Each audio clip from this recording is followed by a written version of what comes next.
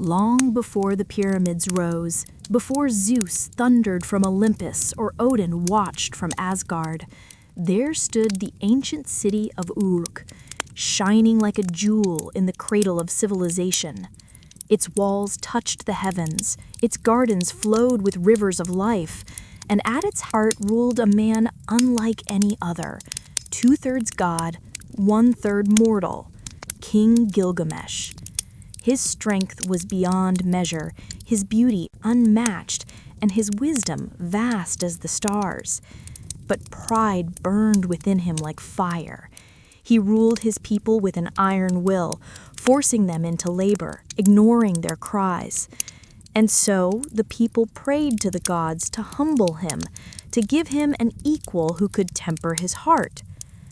From clay and divine breath, the gods formed Enkidu, a wild man who lived among beasts. His hair was long and tangled, his body clothed in the skins of animals, and he knew nothing of human ways. He ran with gazelles, drank from rivers, and defended the wild from hunters. But destiny called him to Uruk. One day, a temple maiden named Shamhat found him by the riverbank and taught him speech, love, and the ways of men. Enkidu's heart softened, and his wildness faded.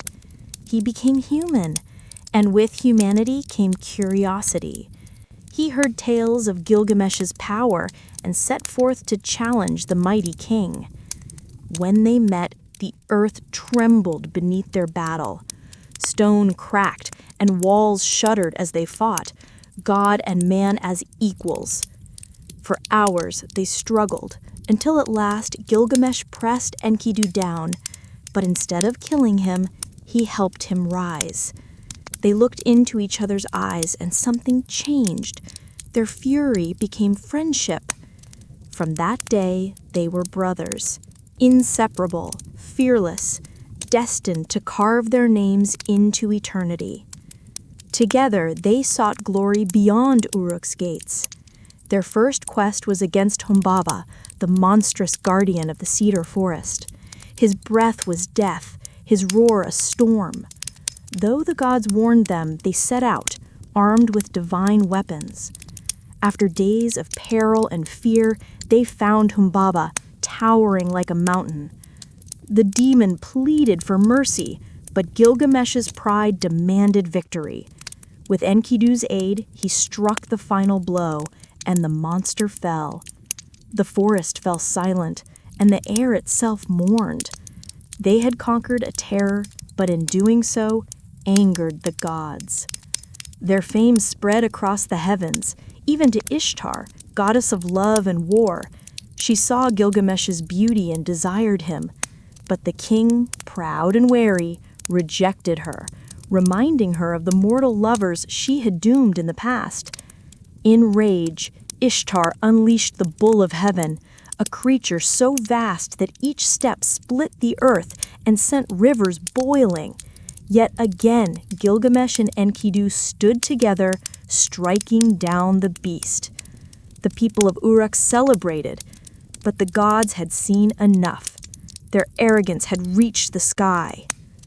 That night, the gods gathered in council. "One of them must die," said Enlil, Lord of Storms. "Let it be Enkidu, for he is mortal."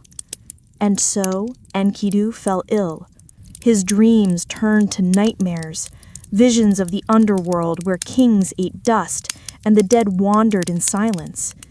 For 12 days he suffered, and Gilgamesh wept beside him, powerless.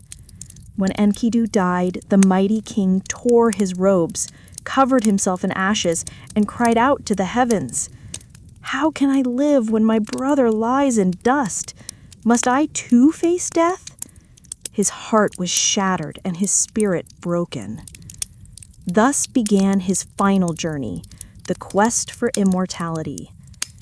Gilgamesh left Uruk, wandering through deserts and mountains, seeking Utnapishtim, the one man who had survived the Great Flood and gained eternal life. He faced lions, scorpions, and the endless sea.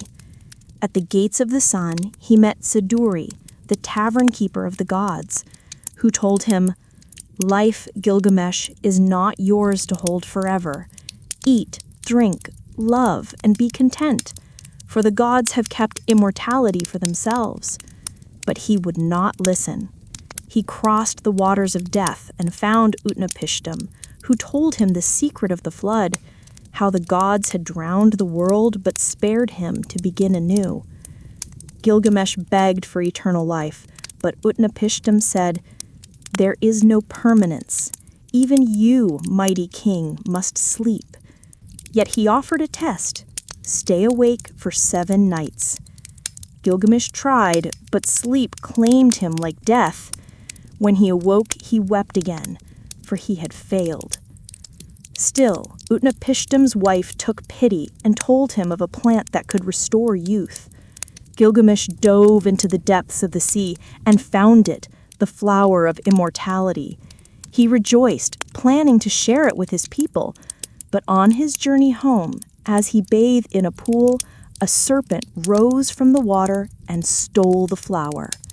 The snake shed its skin and vanished, reborn, as Gilgamesh stood empty-handed, watching immortality slip away forever.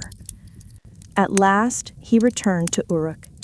Standing atop its mighty walls, he looked over the city he had built, the towers, the temples, the shining river, and he understood. Immortality was not in flesh, but in deeds, in the legacy of his people, in the stories that would echo through time. He had conquered not the gods, but himself. And so Gilgamesh, once a tyrant, became a wise king. His name lived on not in eternal life, but in eternal memory. And thus ends the tale of Gilgamesh, the first hero, the first seeker, the man who defied the heavens and discovered what it means to be human.